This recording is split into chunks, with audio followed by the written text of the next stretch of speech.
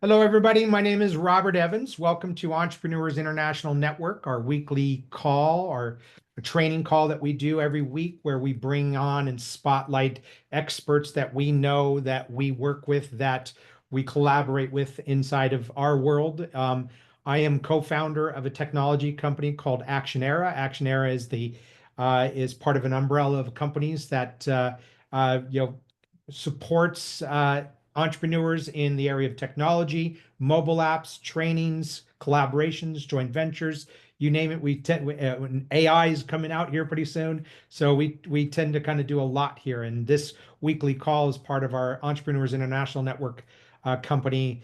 And I'm very excited about our speaker here today. Each week we bring speakers that come bring some kind of valuable message or training to entrepreneurs here in the space. So I appreciate you all taking the time to show up here today to listen to this amazing expert. So who we have today is Dr. Dumont Owen.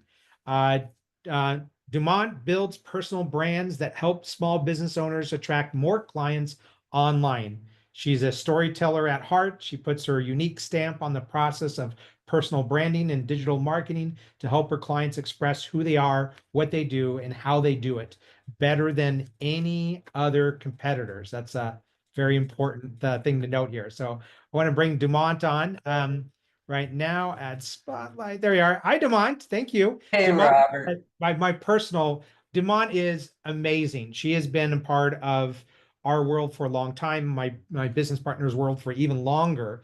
Been working with Iman for a long time, Dumont, and just the way you show up and the way you teach this valuable message that people need in their businesses is awesome. So I'm really excited that you're here today, and I am going to turn it over to you so you have as much time to give everybody what you got to give them here.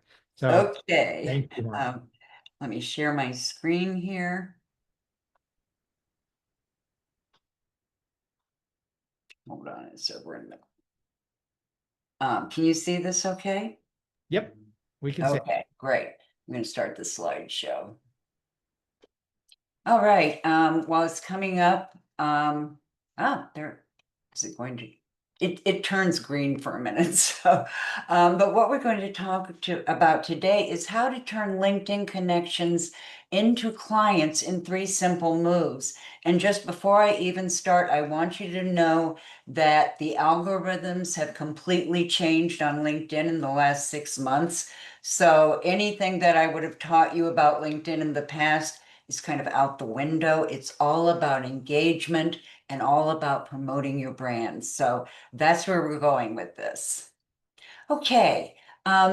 Today we're going to be talking about personal branding, what a brand is, the 3 steps to unearthing your brand and making it powerful, and then how you can go forward with this as an action plan. Now, when we talk about personal branding, I want you to know that the fastest way to land clients on LinkedIn, bar none, is by promoting a powerful brand. That's why everybody's talking about it right now.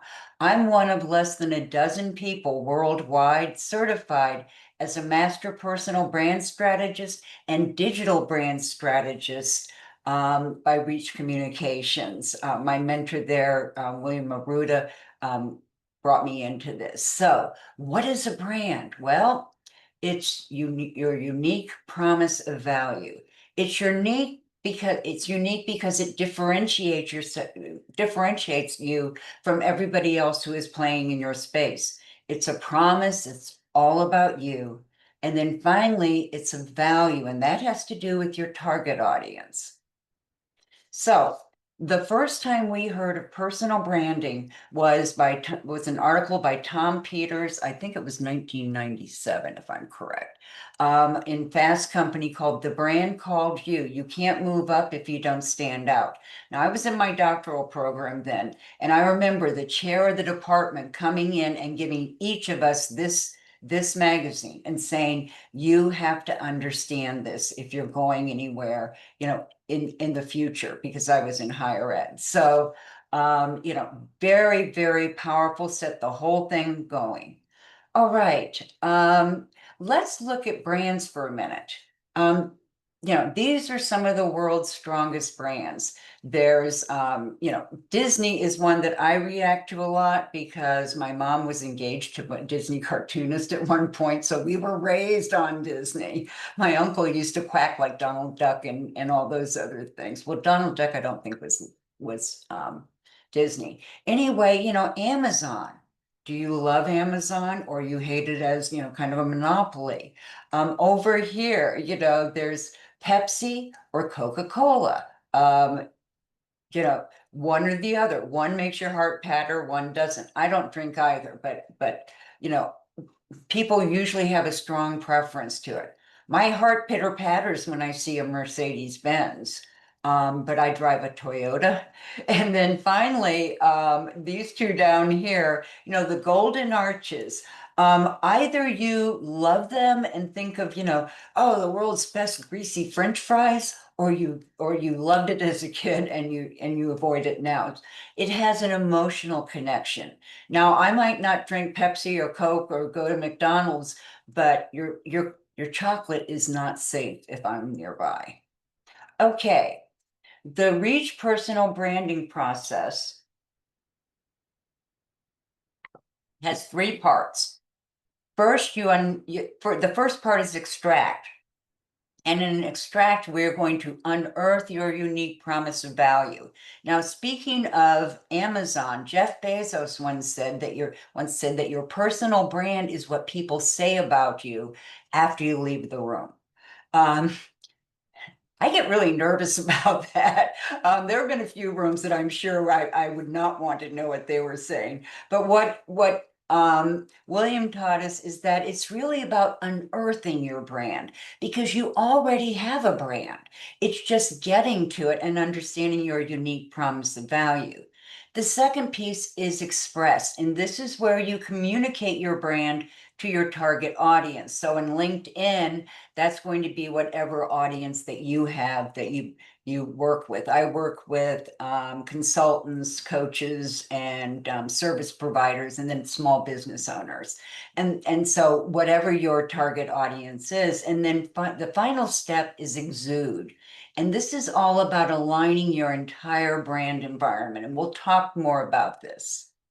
Okay, some of the benefits of having a powerful personal brand, self-understanding. You get to look inward and really get some knowledge about, and really recognizing what's great about you. There's nothing negative in personal branding. It's about being visible and present and people seeing that. It's about differentiation, it's positioning you against all the others in your play box, I always say. Control. You can control what goes out about you, what your brand with your brand. Wealth. A powerful personal brand gets more attention and more money than a weaker one. And then finally, it's about achievement and about fulfillment and recognizing those things in you. So, like I said, branding is just a wonderful experience when you get into it. Now, one of the things I want to say is that your brand never changes. You are the same person in work, in life, and in the world. So, if you're running your business, that you're living in your brand there, you're no different if you are going to church or at work or your son's ball game. It's all the same. You are always the same. Okay, so let's talk about that first step, extract. Okay, extract is about three things. And the first, remember, unique value of unique value, no, unique promise of value. So what is your promise? Well, that's where we talk about authenticity. Because the thing about a brand is that it must be totally authentic to you. And your promise is that it is you. Your promise is also about carrying out and being the person that your brand represents. So authenticity, when you think about it, has become a really big deal because of AI, and people are worried about what's authentic, what's not. So authenticity is extremely important. Anne Morrow Lindbergh once said, and I'm going to paraphrase this, it's exhausting to be inauthentic. It's kind of like what they say about lies, it's exhausting to try and keep up with them. Okay, so what is your promise? It's just what we said. It's being real, and real is a very rare thing.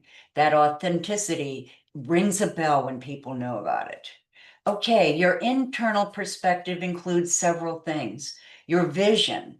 Now, your vision is what you see that is larger than you. If we're talking about, I'm assuming people here know who Iman is. His vision is to impact 100 million lives. His purpose is doing that through leadership and mentoring and building these amazing tools that we have. Values. Values is something that I really want you to understand, because we're talking about not values that come and go, like, you may value this today and, tomorrow you value something else. We're talking about those values that you won't compromise on, the lines that you will not cross. That's value. Strengths, we're talking about your superpowers here. What makes you you, and the greatest parts of you. And then passions. Well, I guess you can figure by now that I'm pretty passionate about what I do. Passions are those things that just you hop out of bed in the morning, you go, oh boy, today I get to do this.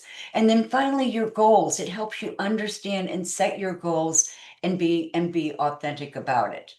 Okay, that was the internal part. Now we're going to talk about external perceptions, because it's just as important to get that internal perspective, but it's also important to get those external perceptions of who you are, because remember, you already have a brand. So, looking at, these people, and they're saying things like smart, expert, bold, caring, bold again, creativity, reliable, honest, all those things that people can say about you. But the key here is, how do you know what they say about you? So, and it's not the way that Jeff Bezos said. So what do people think about you? Well, one of the ways that you can assess your personal brand is through the 360 reach. Now this I'm not going to tell you any more about in terms of, because there is a charge to it. It's like $57 or something, but it's an instrument that you use. Now there's a workbook that goes with this instrument, and I'm going to give you the link to that, because it won't give you the feedback of others, but you can fill it out and then go to others and say, hey, what do you think about this? What would you say? Does this sound right to you or wrong to you? So you can still get that feedback. Okay, I have certain brand attributes. I'm a truth teller. Even when it's uncomfortable, I tell people the truth, and you'll see that later. I'm a judge. Well, that doesn't mean that I judge other people. What it means is I'm judicial, in that I believe in fairness for all. I'm an expert. I'm an expert on LinkedIn and personal branding. I'm a connector. I like to join people and help them, where I see it as beneficial. And I also love connecting. Well, I just love connecting with people, period. And then finally, caregiver. Now, interestingly enough, I was able to tell who the two people who were my brothers, because of the way they answered the 360 reach, and neither one of them said I was a caregiver. Well, my mother was the ultimate caregiver. So it's all in that perspective, perception. All right, let's take a minute and talk about unique, because this is all about brand differentiation. And you have to know how you're like other people in your pool, and how you're different. I know someone who calls the people who make you different, or who you're different with, purple fish. And so it's what makes you unique compared to them, and how do you find them? So let's look at this. What's the difference?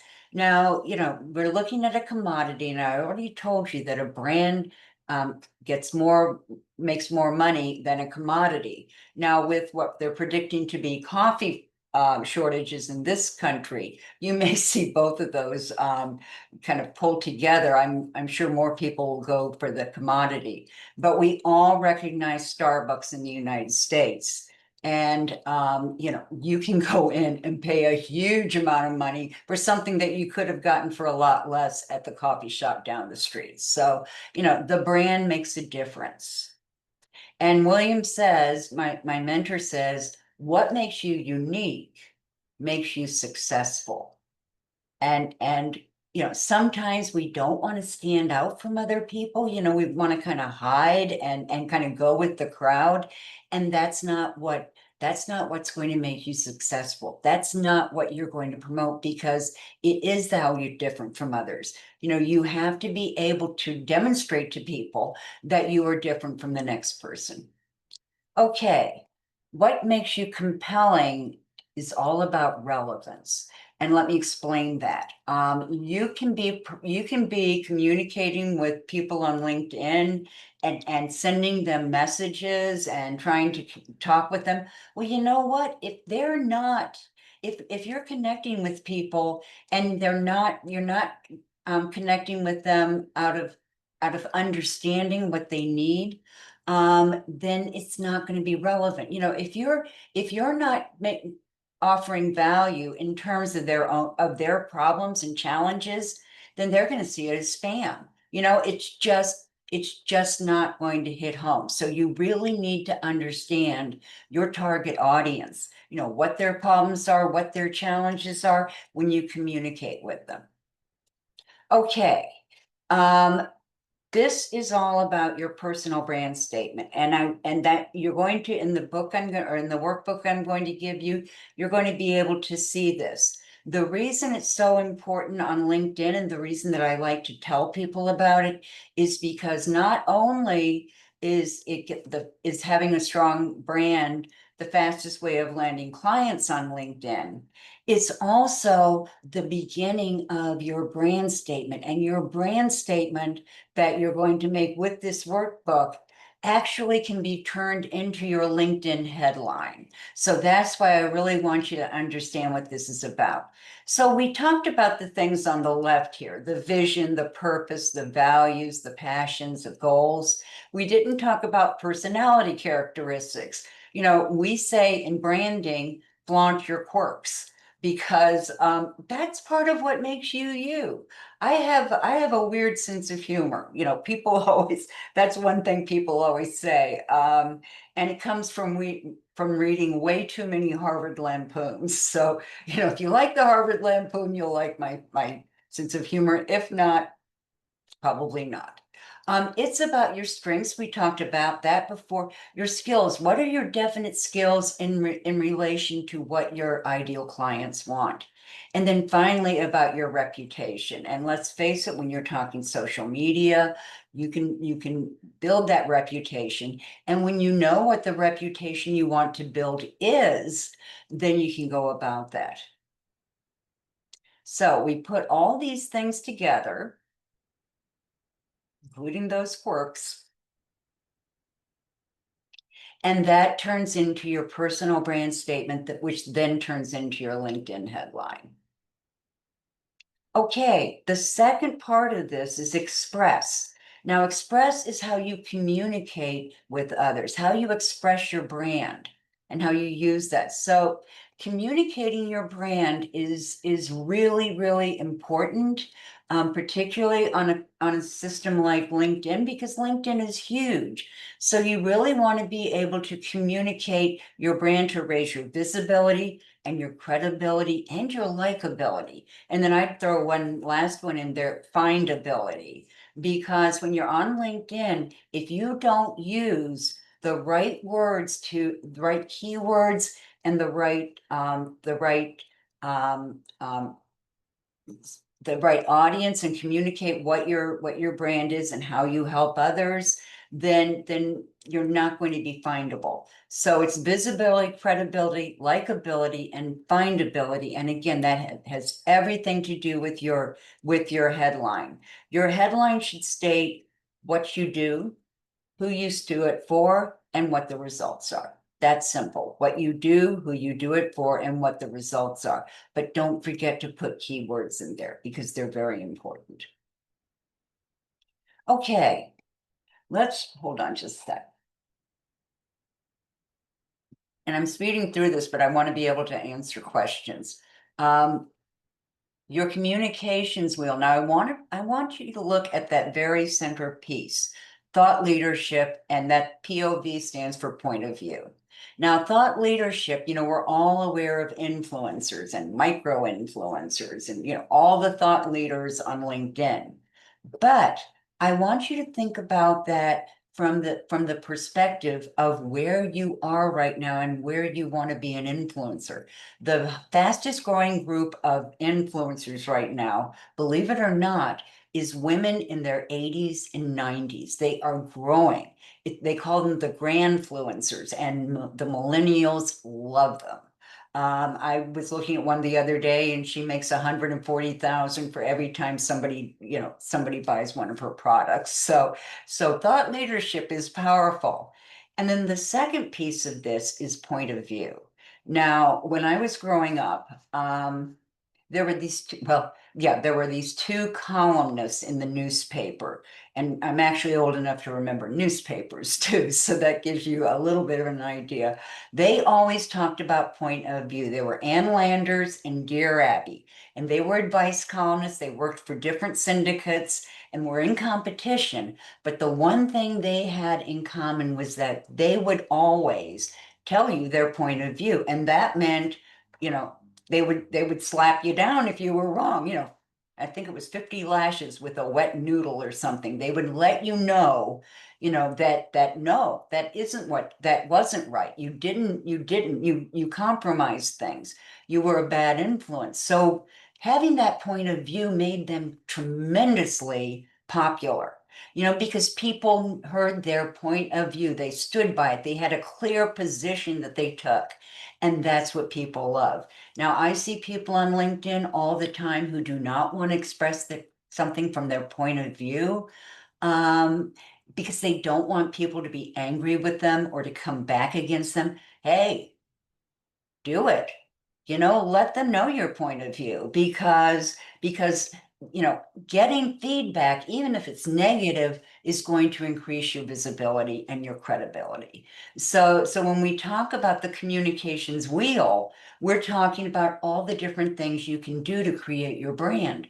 Articles and white papers, particularly if you're in a scientific area or in one of the more someplace where you would be using white papers, and then articles and where you produce those. And by the way, on LinkedIn, the best day to post an article now is Sunday. Highest return on Sunday. Okay, volunteering. Now, remember I said you had the same brand wherever you were? Well, one of those places might be volunteering. Maybe it's in the church, or maybe you pick up, things in the community, during a cleanup day, or whatever, big brother or big sister. All of those things are a place where you can communicate your brand, and you can also get not the feedback, but the fulfillment that you want from it. There are also blogs. We all know about blogs. Books, it's not the same game anymore. Now that we have AI, those books are quick to put together, but you do want somebody helping you. I know somebody who helps people get their book ready in 5 weeks, and I know there are other people who do that too. Public speaking. Now, we are not just talking about being on a stage. LinkedIn has all kinds of opportunities, but one of the best ones is their LinkedIn Lives, where you can stream on LinkedIn, and that's tremendously powerful. So, really think about, how you want to be perceived. Podcasts would be another one. Webinars would be another one. That public speaking means getting out there and telling people who you are. And then there are the internal communications within your business. Now, if you're the only one in the business, well, then it's your internal communications, definitely your internal communications, but it's within your organization, within your family, within your friends, all of those kinds of things. And then social media. And LinkedIn is not as big a platform. It doesn't have the most, by any means, people registered, but they're all focused on business. So, B2B, 80% of leads that come from social media come from LinkedIn, and B2C is not, they don't report those figures, but I can tell you, if you're B2C, your folks are definitely on LinkedIn. They just haven't found you yet, but they're there. Okay, branded content. So let's spend a little bit of time on this. Your branded bio, that is, you can think of that as your credibility bio, but infusing it with um, what do I want to call them? Those characteristics, and the things that make you different. Now your headshot. Now it used to be that you had to have, a photographer do your headshot. That has gone by the wayside somewhat, but you do have to be, you do have to look professional. And that's different depending on your industry. If you're in IT, it may be, just what are they, a polo shirt and jeans or khakis. If you're an accountant, that's not going to fly. So you really have to do it in terms of, what's expected in your community and in your profession. And then also just take care, have your hair decent, if you have jewelry, make it minimal. You don't want it to take away from you. Look straight in the camera when you're taking it, smile, and look really approachable, because that's so important that people see that headshot, and that's maybe the first time they've ever seen you. Okay, so your headshot is extremely important. Thought leadership and content is at the center of all of this. Videos, podcasts, getting out there is extremely important. Blog posts and comments going back and forth, and articles. Now, one of the things that I want to emphasize with LinkedIn is that these algorithms have changed a lot.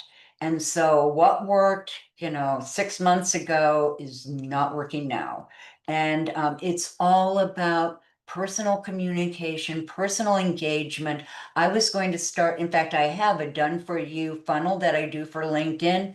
I'm getting rid of it because it's not going to serve my clients well. It's not, you don't want to be, even if you do it well, you don't want to be communicating en masse. You really want to communicate with individuals, identify them, and then approach them, and finally really communicate with them about what you want to do. So all of this is extremely important. And as you can see, this slide was made before Twitter became X, and I haven't changed it, but that's there. And I don't think we had TikTok when I made this one either, although I'm not on TikTok. I live on LinkedIn. Okay, and then the final step of this, of uncovering your brand, is exude. And exude means aligning everything in your brand environment. So, it's what you wear to the office, it's your personal appearance, it's your devices, all your mobile devices. It's how you dress, do you dress appropriately for your environment? Do you wear a lot of jewelry or not a lot of jewelry? I would suggest that that is really not particularly what you want. And then speaking is all those different kinds of things that go with speaking: podcast, appearances, live streaming, all of those things. There's your brand community that you need to pay attention to, because LinkedIn is all about building that network. Now, what I would tell you, and I think most people are coming, I've been telling my clients for this for years, but I think most people are coming to the same conclusion. You don't need a huge network. Yes, numbers can mean something, but it's much better to have a smaller network who are exactly the people that you need to know to be successful. The people who are going to refer people to you, your ideal clients, the opportunities that you seek, they each have to be thought through. You have to know exactly what you're communicating. That's your professional network. And then finally, your personal brand system, which we will get to very shortly. Come on. Shoot. Ah, here we go. Okay. Okay, we have talked about branding and what a brand is. It's your unique promise of value, unique because it differentiates you, promise because it's authentically you, and value because you're providing value to your target audience in terms of their problems and their challenges. Now, we're going to talk about the brand identity system. It's colors, it's fonts, it's images, it's textures, logos, and taglines. All of those are part of your brand identity system. What I want you to understand, though, and this is very important, they are not your brand. Okay, they express your brand, but they are not your brand. So whatever you choose to represent you, you really need to know what your brand is, and then you can more clearly make those choices. And one of those choices is going to be about color. Now, I love teaching brand color because it really authenticates certain kinds of attributes. Now, some of us are lucky enough to look good in our brand color, and some of us aren't. It's not your favorite color, okay? But it is what stands for your own personal attributes. So red is one of my attributes. Red stands for action, passion, power, courage, boldness, determination, and desire. We just had Valentine's Day for that last one. But that is very much a part of my makeup, my brand, because people always people always communicate to me that I'm very intense. So I'm very passionate.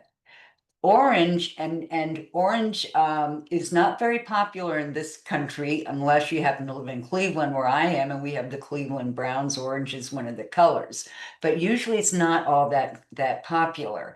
Orange stands for determination, encouragement, strength, productivity, competition, and potency. Okay, so all of these things are part of orange. Now, we don't much care for orange in the United States, but they do love orange in France. So that kind of tells you there are differences even between nations and continents. Okay, yellow. Yellow is what you think of. There are the people who walk into a room and they just light up the room. Everybody feels happy and optimistic and warm, and they have all this energy and creativity. There are the people who come in and they make whatever you're doing a lot of fun. I had somebody who's a yellow say to me the other day, I changed I have to I get to. And that is all about yellow. I, just not I have to, but I get to, because they're optimists. Green. Now, green is environment. That's right in the front there, and we know how important the environment is now. It's certainly grown over the years. Calmness, growth, youth, luck, rebirth. All of these things, you notice my voice, my voice lowered because people who are green are very soothing. There's a reason that in schools they used to have chalkboards that were green and they would paint the rooms green because it's supposed to calm the youth down. Now, I taught seventh grade. I never noticed that effect, but you know, if they say so. Okay, blue. That's my other brand attribute. Trust, reliability, integrity, truth, authority, wisdom, and confidence. And those are very much a part of who I am. And remember, when we were looking at the world's most famous brands, IBM was there. What do they call IBM? Big Blue. So blue very much stands for that. You see banks signs are blue because they want to give you that trust. And then finally, purple. Now, purple is a very interesting color. It does stand for luxury, spirituality, inspiration, dignity, the royal crowns, ambition, magic, and inspiration. And if you're in the United States, well, I think actually he was international. There's the recording artist, Prince. And he was classically trained. He played every instrument that was on his recordings. But what people didn't, and he was known for purple in his movies and everything. But what people didn't know about Prince was that he was also a Jehovah's Witness. And he would witness every Saturday in his neighborhood. So, there's so much to purple. And it's just a great way to go. So this is yeah, a video that was put together by my mentor, and it's great. This song is really annoying, but the video tells you a lot about color. So it's going to tell you about, what colors you should be using in your website, in your marketing materials, in your email signature, your personal possessions, not the color that looks best on you, but the color you're going to promote. And then social media backgrounds. And if you've looked at LinkedIn recently, it's becoming more and more important. And with if you have a Sales Navigator or a paid account, you can actually now put together a slideshow that goes across your banner, what's back with, that big banner on the front. And the reason I keep emphasizing your headline and your banner, but particularly, both of those, is because LinkedIn is the most valuable real estate in terms of SEO. In terms of SEO, you go to Google or Bing or whichever one you use, look at your name in parentheses, and your LinkedIn profile is going to be one of the first three things that come up. So it's extremely important for all those reasons. Now, building your brand community. It all starts with you and the people who are near you. Now, building your brand community is so important to understand about and are acting on LinkedIn. So you're going to start, it kind of goes from the inside out. Your family and friends are kind of that first circle. Then you would go to maybe colleagues, your outside your business, outside your division if you're in a larger company.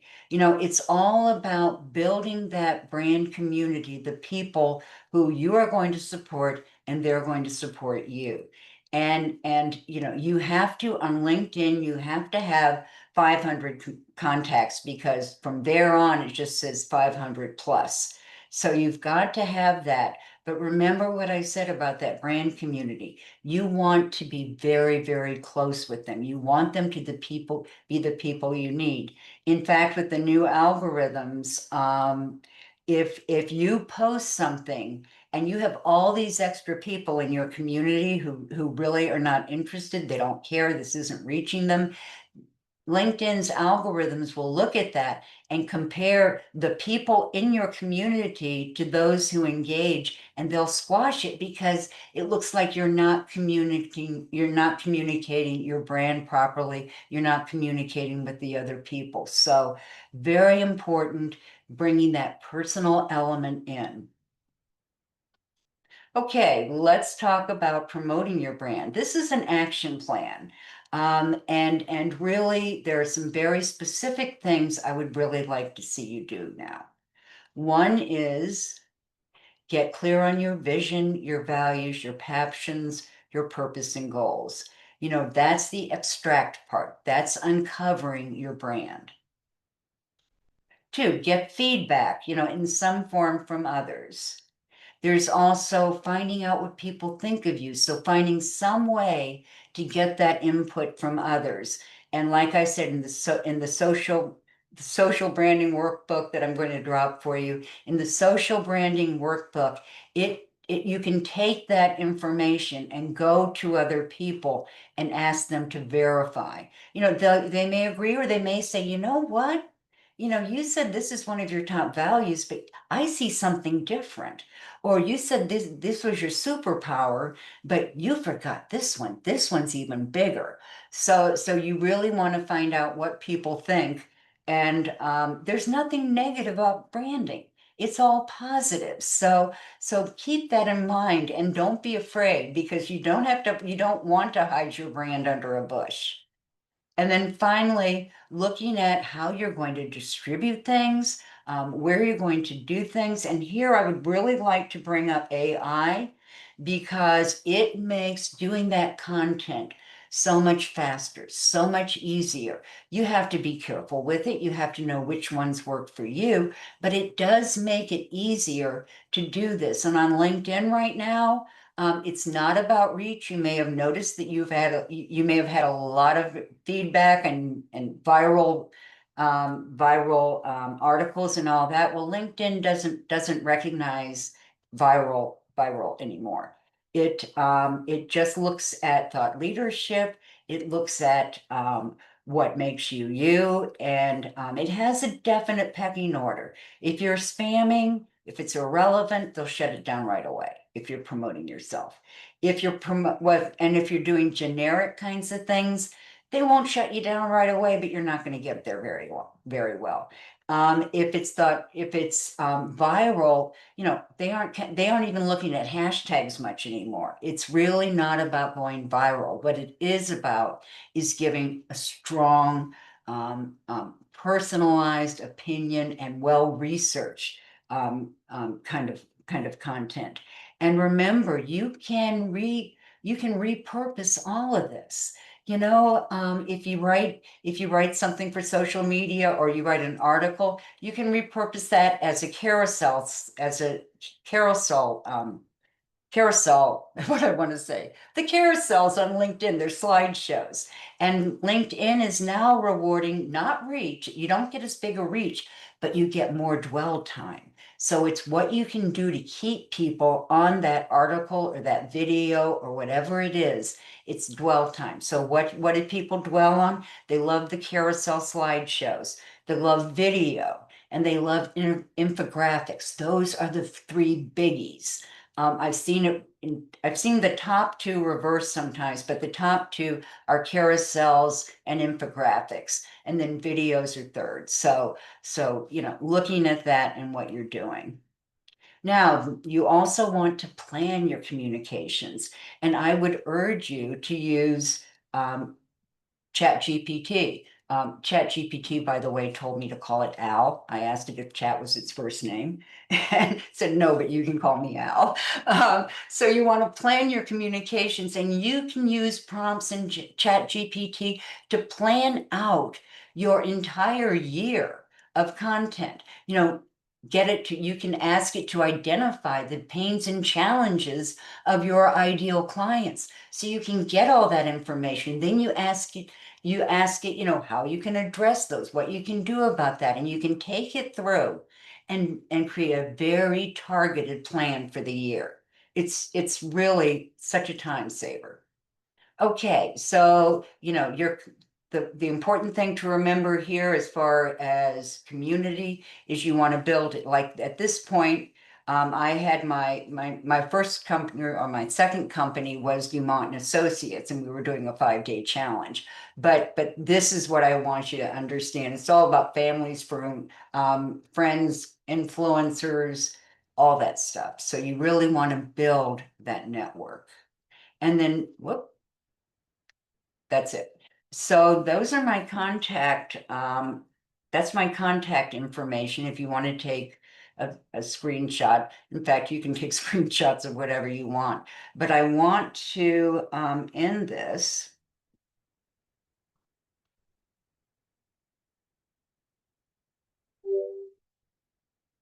Whoop. There it goes. Okay. So can you all see me back now? All right. I wanted to mention that I have 3 links I'm going to drop for you. One is to the social branding workbook. One is for the digital marketing edge summit, which is starting on the 8th, this in a few days. And we have some amazing people on that. So I wanted to make sure you knew that Iman is on there. I think many of you probably know who Daniel Sternclaw is on there. There are a lot of great people speaking on this summit. So I really want to give you that link. And that's it. I will pull those up for you.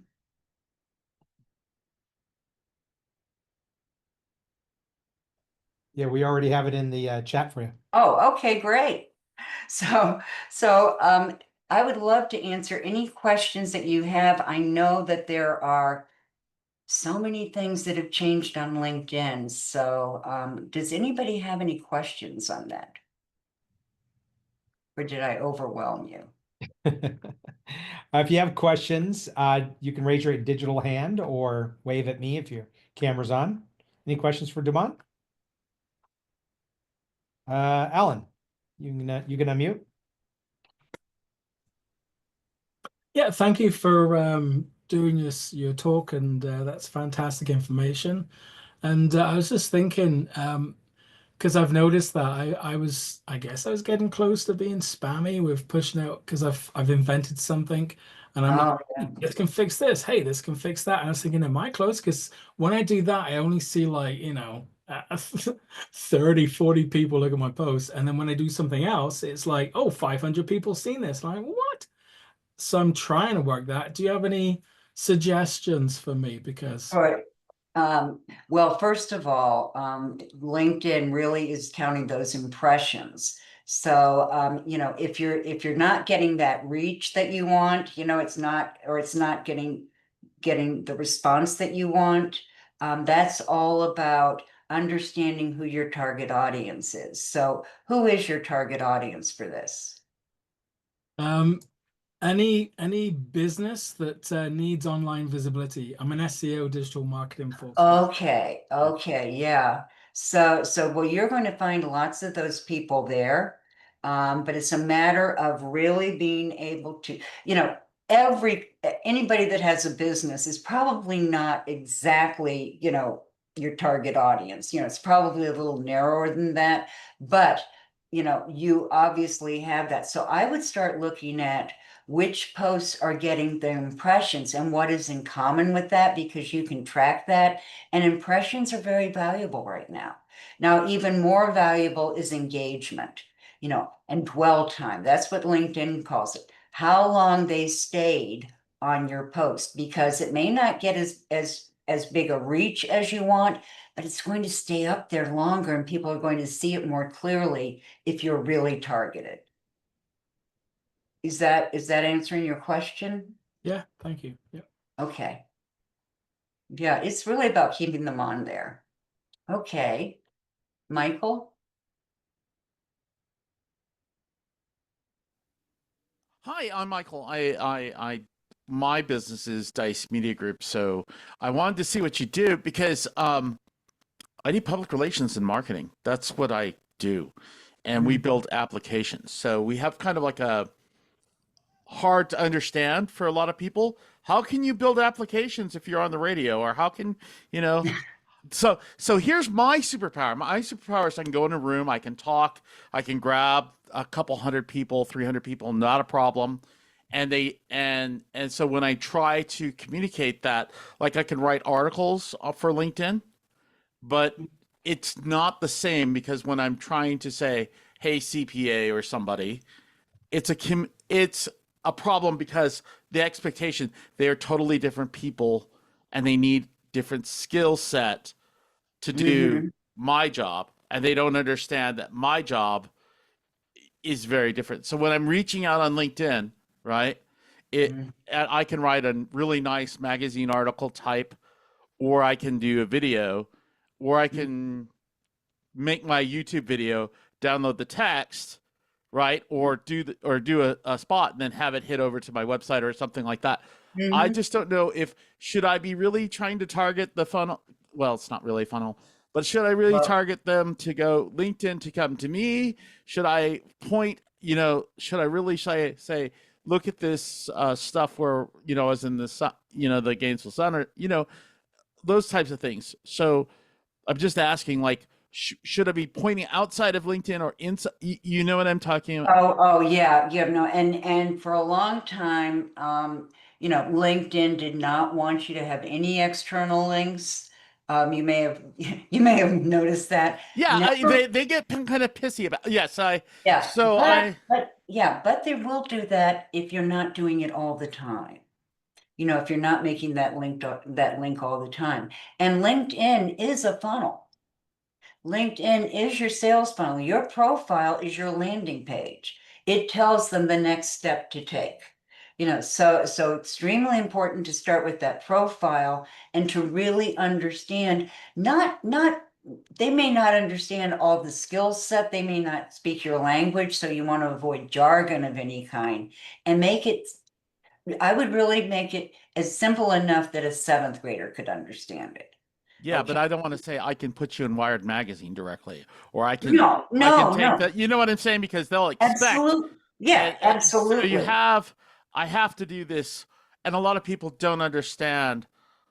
I call it either political diplomatic speak or public Mhm. relations speak, which we'll do Mhm. because, and they say you're like they feel it's not very honest or whatever, but it's just the way the world is. So Okay. I was just asking about that. So I thought I'd talk to you. So Well, yeah, here's the overall what I would say to you is that yes, you have a lot of different skills and you know and things that you do. Look for the commonality. Look for those things that unite those skills. You know, what is the application, not just of any application, but what are the overriding, you know, strengths that you have and focus on the pieces that you can put out there that are simple, holistic, and get engagement. okay, Oh, and video, make sure that video is vertical. Because vertical video, meaning it's on your phone, right. or you can do it on other things, is what's moving right now on LinkedIn. Because 81% of people on LinkedIn do it with their mobile devices. Yeah, but if I'm making a news story, I want to turn. Okay, let me. I want it to be like this. If it's news story, Mhm. if it's LinkedIn, sure, turn it this way because I want to be able to capture. So, uh, doesn't LinkedIn turn it? Well, or can I just make a format Mhm. just for LinkedIn?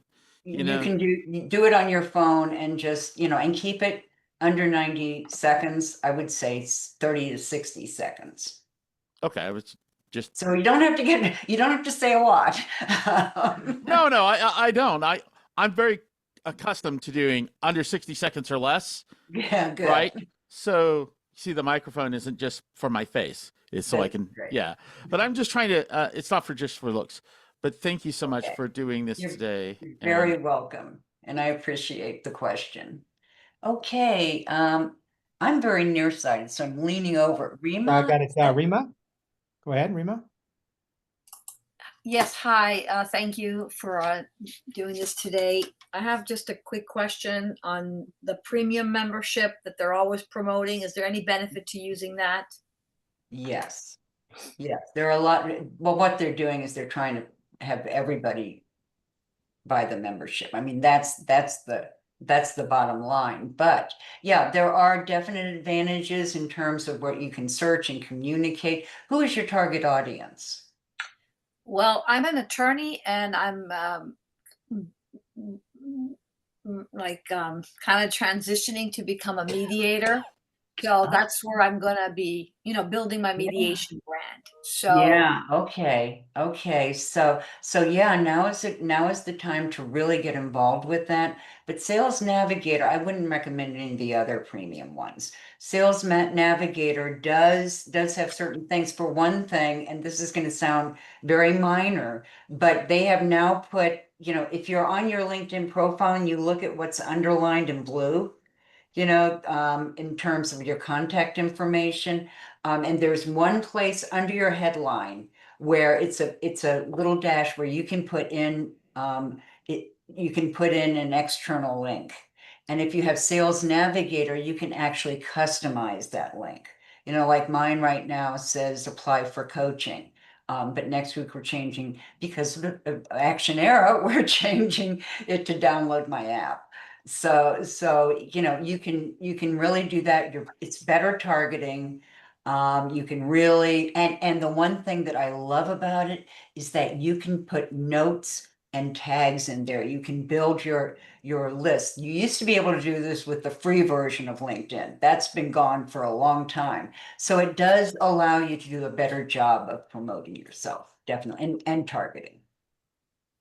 Okay. But do you need it? Do you have, oh, and the other big thing, free accounts now only get 5 personalized invitations a month. A month. You know, now the whole thing is to be able to personalize. However, if you have the free version, you can certainly send this, you still get 100 generic messages. And then what happens is your second message, your welcome message, when they've connected, that's where you put your real punch, you know, and you really make that welcome message a real strong one. Okay. All right, thank you. Okay. All right, we got time for a couple more quick questions. So let's try to go with, I'm not sure how to say your name. Is it Soundram? Yes. Soundram? Okay. Yes, my name is Sandra. I saw some of my colleagues have like thousands of connections, and some of them have a normal 100, 200, or 500. So, what is the advantage of having so many connections? Unless I'm not running a business, but I'm just in a job. And what is the advantage of having so many connections? That's one question. Another one is, so I have, if I reach out to others, my current manager, current company might come to know. So how to find Oh, the I balance? see what you're saying. Yeah. Yeah, you have to kind of go under the radar there. So talk about your current job, you know, and this, I am an IT project manager, okay. and if I want to reach out to someone, or so I'm just wondering, is LinkedIn a good place to do that? Yes, and there are ways, like, you know, you talk about what you don't want your employer to get suspicious. So, you know, mention that, you know, but also talk about your skills and all of those kinds of things, so that, you know, you're not alarming them, but other people can pick up, and they're not going to be able to see who you connect with. Quick thing. But also, why is there some people have thousands of connections? What is the advantage of having Connections or followers. connections? Connections. Well, they've always said that LinkedIn was, you know, get the most connections you can, build a huge network. What I'm telling you is narrow that network. Okay, make it just the people that you can really, that they're going to promote your career. Uh, Okay. one quick thing. She should really keep her day job. Tech jobs are being slaughtered right now. Okay. Do not lose a job. Do not risk anything. I run a tech company, and I need like 4 less people because of AI, and I'll need 5 less people next month. And yeah, it's just the way it is. Anyway, thank you so much for doing this. I gotta go, but thanks. All right, Okay. Yeah. maybe and two we're more running- questions. Mohammed, you go ahead. Yeah, my name is Mohammed. Well, my question is that I'm a startup company. It's a startup IT company. And while I try to create my account, so it's not allowing as a company, it has to be a personal. But my previous experience is all like as an employee, but I started new company here. So for that, so I have to buy the business one or to use that, but because business one is so costly, so Yeah. a startup company can't afford for that. But Yeah, I and wanted I'm to make a presence and bring. Yeah, it's around like $1,000 right now. It's not cheap for a solopreneur at all. So that's where you have to learn to manipulate with a free account. One of the things you might want to do, and this kind of goes back to the previous question, you can form a group, because you can invite anyone you want to your group. Okay, so that way you're making those connections. Okay. And what about that? So many groups are there. I can be a member and post Oh my yeah, links here. find the ones, find the ones where there's actually a conversation going on. A lot of them are just spammy. Okay. Thank you very much. You're very welcome, Mohammed. All right, Kathleen, you're the last question. Thank you. Thanks so much. I really appreciate the presentation. My question is very specific to LinkedIn.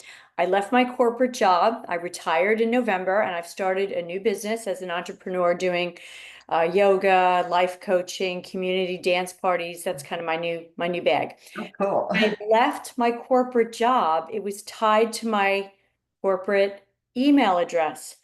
And I've lost all those connections. Ah, So if anyone on the call, maybe yourself, Dr. Owen, how can I resurrect that? I felt like they were really valuable connections, but they were all tied to my corporate email.